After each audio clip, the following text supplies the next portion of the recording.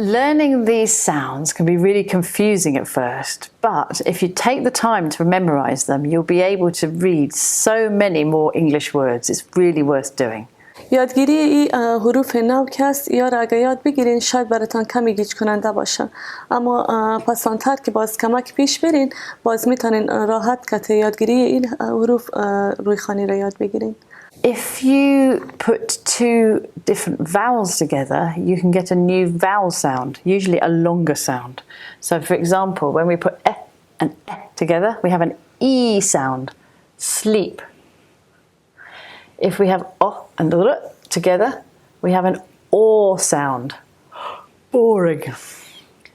If we have a and I together, it makes an a sound, nails. Here is o and a. This is an o sound, coat. O and o together is an u or an u sound. Here it's an u sound, book. And a and I together makes a, I and r together make a air sound, hair. وقتی که ما حروف واول در کنار هم قرار بدیم دو آوازه، بعض وقت یک آواز نو جور میکنه یا مو آواز کمکی دراستر میسازه.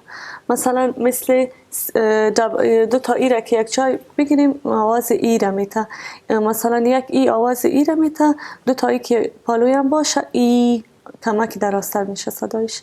همچنین چند تا کلمات دیگر که اینجا میبینیم.